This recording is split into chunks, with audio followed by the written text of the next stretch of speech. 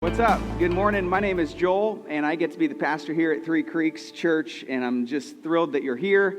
You could be anywhere. You've chosen to be here, and for that I'm thankful. And as you were walking into church, you saw a trailer, and a bunch of you guys had your trash bags or your lawn bags, and they were just full of clothes. And for those of you guys that donated your clothes today, I just want to say thank you so much. If you walked in and thought, oh, shoot, that was today, there's still time. Mackenzie is nicer than me. So I went out there and I said, Mackenzie, this is the only time we're taking clothes, right? And she says, well, if they want to drop them off tonight or tomorrow night at the well between 6:30 and 8, I will accept them. So you can thank Mackenzie for her kindness and generosity. If it was my way, I'd say your clothes are with you for another year. But, man, I was talking to somebody yesterday. I just got to tell you that they were saying, I'm going to come drop off my clothes. And I said, oh, that's awesome. And this person said, and she does not want to be named. And you'll, for good reason, I think. Like she's such a humble person. She just said, I took what you said a couple weeks ago and I actually gave my favorite piece of clothing. And I thought, man, that is elite level walking in the way of love. Thinking about others first. I mean, I'll be honest with you, I put in the clothes that didn't fit anymore. And I put in the clothes that I don't like to wear anymore and hope somebody else would like them. But this person said, you know what? I love this so much, but it will be a blessing to somebody else. And as an act of faith, this person stepped in and said, I'm going to be obedient to what God's telling me to do. And man, that encouraged my spirit, and I wanted to share it with you too. The thrift shop is on Saturday. And I'm fired up about the families that are going to get to come and be blessed by that. All right, here we go. Have you ever heard of the Sermon on the Mount? It's the most famous sermon of all time, for sure. It's the most quoted sermon of all time. It definitely is the most life-changing sermon of all time. And I think it's fair to say that it was the best sermon ever preached by the greatest preacher who ever lived, that being Jesus. In fact, when Gandhi was reading and studying the Sermon on the Mount, this is what he said about the Sermon on the Mount. Gandhi didn't believe in Jesus, but as it relates to the problems between his country, India, and the country of Great Britain, this is what Gandhi said. He said, when your country and mine shall get together on the teachings laid down by Christ in his Sermon on the Mount, we shall have solved the problems not only of our countries, but those of the whole world. Matthew chapter 5, Matthew chapter 6, Matthew chapter 7. If you've got one of those Bibles that puts the words of Jesus in red ink, it's all red. Because this is the sermon that Jesus gave called the Sermon on the Mount. And I know what you're thinking. You're thinking, what mount? I'm glad you asked. Matthew chapter 5, verse 1 and 2, it says this, now when Jesus saw the crowds, he went up on a mountainside and sat down. And I got to tell you, this Greek word of mountainside is the word oros, which could be translated mountain or mountainside or mount or hill. And I got to be honest, I'm not really in agreement with the English speakers who gave this sermon the nickname Sermon on the Mount, because I think it's more appropriately titled perhaps the Sermon on the Hill. Because this is the hill that Jesus was on. These are the shores of the Sea of Galilee. You can call that a mount if you want to. You're probably the same person that calls it Mad River Mountain. But to me, it's a medium-sized hill. And this is outside of a city called Capernaum. And crowds were gathering around Jesus. And you might be wondering to yourself, if you know the story, you go, why are crowds gathering around Jesus? He's not rich. He's not powerful. He holds no political position. He doesn't have an army. He doesn't have a castle. He doesn't come from a noteworthy family. He's a carpenter from Nazareth. Why are people following Jesus? Well, the few verses before what I just read you about how the crowd was following him to the mount, this is what it says. Matthew chapter 4, verses 23 through 25. It says, Jesus went through Galilee, which is kind of like a county, teaching in their synagogues, proclaiming the good news of the kingdom, that's important, and healing every disease and sickness among the people. News about him spread all over Syria, and people brought to him all who were ill with various diseases those suffering from severe pain, the demon-possessed, those having seizures, the paralyzed, and he healed them. And large crowds from Galilee, the Decapolis, Jerusalem, Judea, and the region across the Jordan. I mean, people from everywhere started following him. We're talking about at least hundreds, likely thousands of people at this point following Jesus because he was healing people. Now, if I told you that somebody was going to be traveling through Columbus, a traveling preacher who had the power to heal people, I don't think you'd go, because I wouldn't go, because I'd be like, that sounds kind of weird to me. I would be a little skeptical. Even if someone showed me a video, I'd say, I bet you those people were planted there. I'd say, I bet you that was AI generated. No thanks. That would be my response, and I can't imagine I'm the only one who would be a little skeptical of a traveling, healing preacher. But if I had a friend, or if you had a friend who had been paralyzed for a decade and who had to roll around in a wheelchair for as long as you've known this person, and that person went to this healing service and was literally healed to the point of the next time you saw your trusted friend, somebody that you know, walking, he had actually been healed. You got to tell me, man, you'd probably show up at the next one. And if you wouldn't, you're not in your mid-30s where like half your body's like, I could use a little bit of healing on this thing. If you trusted an eyewitness to what had happened, a miracle in somebody's life, you would probably show up. And so that's what's happening here. Of course, there's a little bit of skepticism. They've heard about some traveling preachers before, but man, the word is getting out that this is actually happening. This is the real deal. And so thousands of people are following Jesus. What does Jesus do next? He sits down. And you might think, well, that's a little odd. It feels like the speaker should stand up. It feels like the people should sit down. But when a rabbi, a teacher, was going to speak with authority, he would sit down. Think about this. What do you call the person who leads the faculty of a certain department at a university? The chair. Yeah. What do you call the person that leads the board? The chairperson of the board. When the Pope speaks out about things related to morals or faith, and it's even considered infallible. I don't know if I agree with that, but man, the term that's used is ex cathedra, which literally means from the chair. And so you see historically when people in authoritative positions, when they're going to sit down and they're going to teach people, the teacher sits down and the people stand up. I thought about trying it, but you look comfy, so we'll leave it like this. But this is what happens. And then the disciples, it says in verse 2, the disciples came to him and he began to teach them. So it's important to note that Jesus is actually speaking to his followers, but he's doing it in the earshot of the crowd. I already told you I didn't love Sermon on the Mount, but Sermon on the Hill doesn't have the same ring to it either. So I came up with another favorite way to describe the Sermon on the Mount. Here's a new nickname for you. It's, for me, the sermon from the monarch.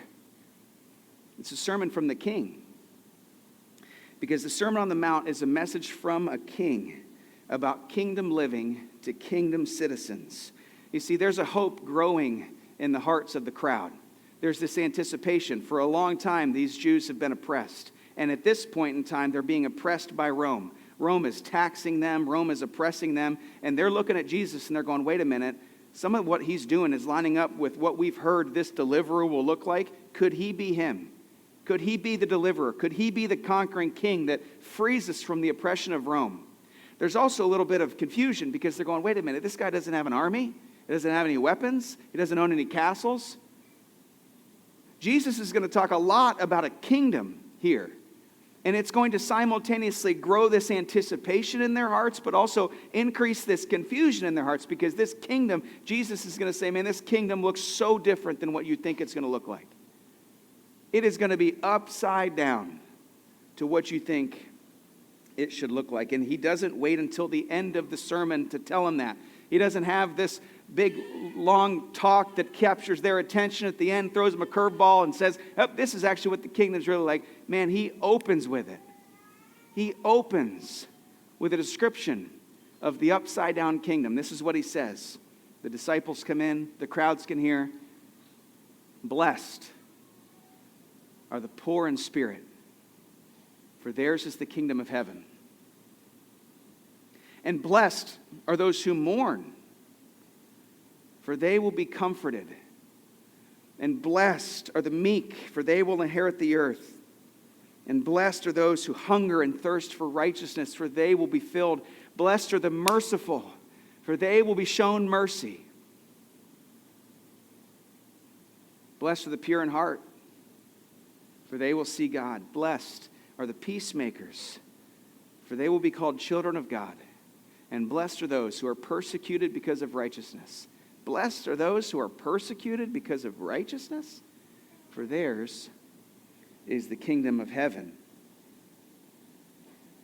A guy in the front is taking notes, and he's saying, what is this guy talking about? That isn't how I would have started if it was me trying to talk about the blessed life. You'll obviously notice 8 times there the word blessed. It's the Greek word makarios, and the most simple way to translate it into English for us is happy. So you could even say, Jesus is saying that, he's saying, oh, how happy are the poor in spirit. Oh, how happy are those who mourn. Oh, how happy are the meek. How fortunate. It brings to mind this idea of inward contentment, this full, deep satisfaction of the soul. Happy, blessed, fortunate, blissful are the poor in spirit. And what Jesus is saying right out the gate is that happiness isn't found where you naturally inclined to look for it. He's saying everything that we think will make us happy, we ought to pause because Jesus is about to contradict it. In the Bible, God has a lot to say about happiness. Believe it or not, He invented it. He created our brains with pleasure receptors. He created dopamine. He created happiness. He wants us to experience happiness. And so the question is, well, then how do we get it? How do we get happy? How do we get blessed? If you type into Google, how to be, it will finish your sentence, happy. That is the number one most searched how to be word, because we all just want to be happy. We all want to be blessed. We all want to be fortunate. We all want to be shown favor. Where do we get happiness? And you might be thinking, this is probably the point in the sermon where the pastor is going to say, Jesus. Because the answer is always Jesus, right? Which reminds me of a story that I heard about a Sunday school teacher that was trying to teach these children about prepared workers. And she was trying to use a squirrel as an example of a prepared worker. And so she was sitting in front of these first graders and she said, okay, I'm going to describe something. Raise your hand if you know what I mean. And she says, this thing lives in a tree and it likes to eat acorns. Nobody raises their hand. She goes, it's gray and it has a fluffy tail. And the first grader raises his hand and goes, man, it sounds a lot like a squirrel, but it's got to be Jesus. Because the answer is always Jesus. No. When these people are sitting underneath the feet of Jesus and he starts talking about being blessed, about makarios, about being happy, they're going, wait, what? This doesn't sound like a feel-good TED Talk speech. This doesn't sound like what my heart says will make me happy. This sounds different. This is important to note, and I'm going to jump into the first one specifically here in about 2 or 3 more minutes, I think, but this is important to know for us as we go through this whole series. You can lump the first 8 parts of the sentences, blessed are the poor in spirit, blessed are the merciful, blessed are the peacemakers. You can lump those together, and then you can lump the second half together too. They will inherit the earth. They will see God. They will be shown mercy. They will be comforted. You can lump them all together. It's not like there's one list over here and then you have to draw the line to connect the other one over here. It's not, they don't correlate this one and this one and then this one and this one. It's all of these and all of these. One commentator wrote that you could actually rewrite this, how Jesus meant it, by he would say, blessed are the poor in spirit and those who mourn and the meek and those who hunger and thirst, because they will be comforted and they will see God and they will be called children of God. So you can kind of lump them all together. And I was trying to think of how to explain this, and I thought, man, if me and you went out to dinner with 6 of our friends. And there were 8 of us sitting around this table. And we went to this restaurant. We walked in, and there was a table set aside for us, had a little reserve sign on there. And we all sat down. We all took our chairs. The waiter comes up. He says, "What can I get you guys to drink?" And we're poor, so we all order water. And then the waiter walks away and says, "I'll come back and I'll bring you some water. You guys just hang out." But he doesn't give us a menu. You might look at me and say, "Have you been to this restaurant before?" I said, "Oh yeah, I've been here before." He said, "Well, are they going to give us a menu?" I said, "No, there's no menu here." And he says, "What?" I said, "Oh, this is it's served family style. Like a lot of times you go to another restaurant and you can order the pad thai and I can order the pizza and he can order the sandwich. But the way it works at this restaurant is that all the food comes for all 8 of us. We all get to share all of it." And so when you think of the Beatitudes and you look at all 8 of them listed out, think about how like all 8 get all 8. You can actually lump them all together. It's served family style, if you will. The Beatitudes are. But today, let's just do one, because we are mere humans. So let's take them one at a time. It says, "Blessed are the poor in spirit, for theirs is the kingdom of heaven." Blessed are the poor in spirit, for theirs is the kingdom of heaven. Kingdom citizens are poor in spirit. And if you read that, I don't know. If you don't know what that means, I'm inclined to say, ugh. Poor in spirit, that doesn't sound very appealing to me. I didn't wake up thinking, sure would love to be poor in spirit today. It feels like my kids thought that, but I didn't wake up thinking that way. It brings to mind Eeyore, somebody who's depressed. Ebenezer Scrooge, somebody who's down, cramping my style. Poor in spirit, somebody just walking around hanging their head all the time. That's what comes to mind without a proper understanding of what it means to be poor in spirit. When I read it at first, I thought, poor in spirit, that's not for me. I'd rather be rich in spirit, or at least middle class in spirit. But let me share what it really means. When Jesus said blessed or happy are the poor in spirit, poor in spirit means that a person is not spiritually proud. To be poor in spirit means that you're not really all that impressed with yourself. You're humble. To be poor in spirit means that we don't believe that God needs us, but we really deeply believe that we need God. When I asked one of my friends this morning, I said, what comes to mind for you when you hear about poor in spirit? He said, less of me, more of him. Less of me, more of him. And maybe if I could just boil it all down to one sentence, it would be this. Being poor in spirit means that you embrace daily dependence on God. You embrace daily dependence on God. So you see, being poor in spirit is not about being depressed, but it is about being dependent on God. And Jesus is saying, if you want to be happy, if you want to feel blessed, blessed are the poor in spirit. Blessed are the ones who embrace daily dependence on God. And I just got to ask, I'll just cut to the chase. Are you poor in spirit? Do you believe that you need God's help today? Do you believe that you need God's help this week? And maybe if I could just take it one level further, if you're like, no, if your honest answer is, I think I got this, let me just ask you one more question. Is there anything that you are currently getting after in your life that is actually prompting you to feel like you need God's help? Or are you just playing it safe? What has God been stirring in you? And he wants you to be brave to say yes, but you're going to need God's help to pull it off. What is that thing that's been on your mind for a couple of weeks or a couple of months or a couple of years? Is there anything that you're attempting that's forcing you to your knees, where you say, I can't pull this off on my own? I would love to just have a quick chat for a few minutes as we close, just about our prayer team that serves down here in what I call the prayer enclaves. And I'm just so thankful for the folks that keep showing up, that keep throwing on the lanyards, that keep being available to pray with you.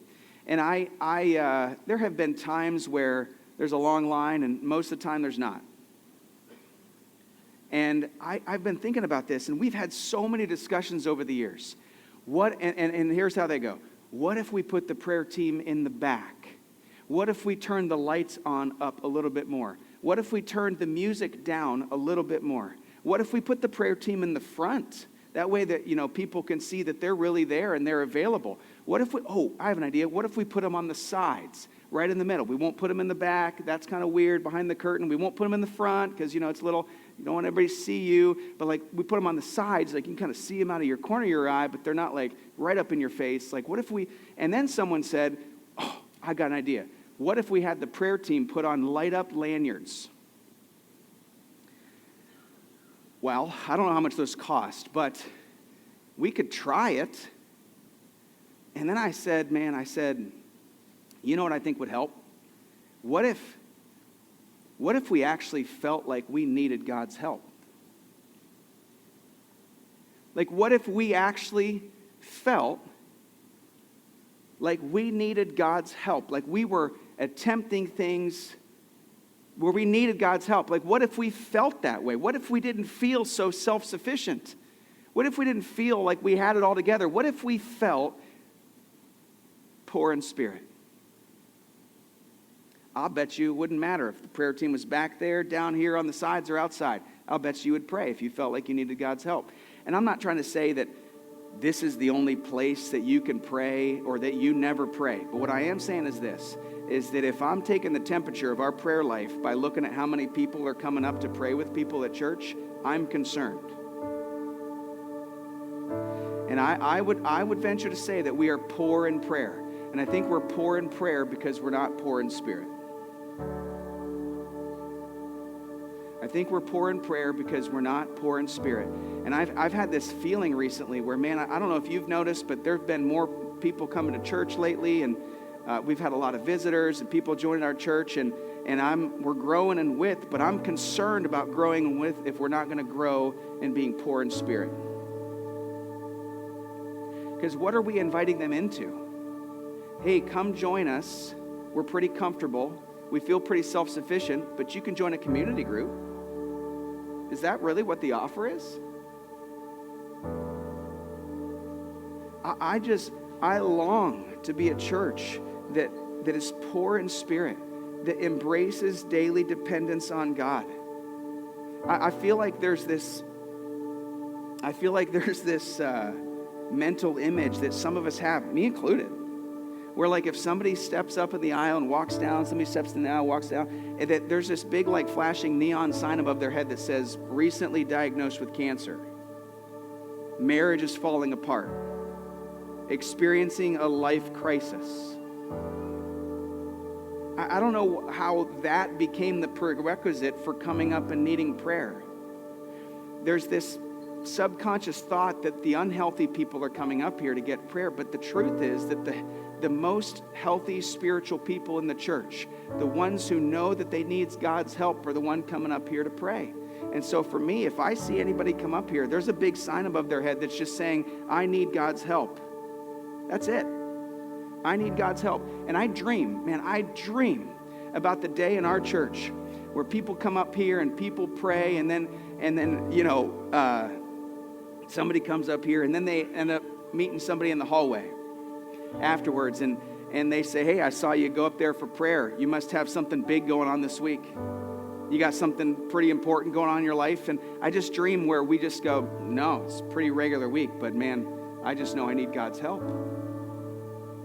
Because if I'm going to walk in the way of love, if I'm going to live in an others-oriented way, if I'm going to love my wife, if I'm going to raise my kids, if I'm going to treat my coworkers, if I'm going to serve my neighbors the same way that Jesus would, man, I am definitely going to need God's help, because, man, left up to me, I'm just going to want to do things my way. I need God's help to walk in the way of love. There's no way I can pull this off on my own. So no, doesn't feel like it is a big week, but man, I know I need God's help this week. I know it. This is what it looks like to be poor in spirit.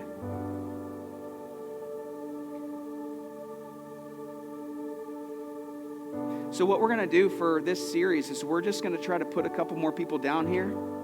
We're going to try to give a little bit more time at the end of the service. We're going to put a reflection question on the screen and just give you time to pray. And let's not overcomplicate this. Let's not over-American church this thing. There's going to be a time where you're going to be sitting there and you're going to be going, man, I do need God's help. I need God's help this week with the situation with my roommate, with the situation with my wife, with the situation with the person that I work with. I need God's help.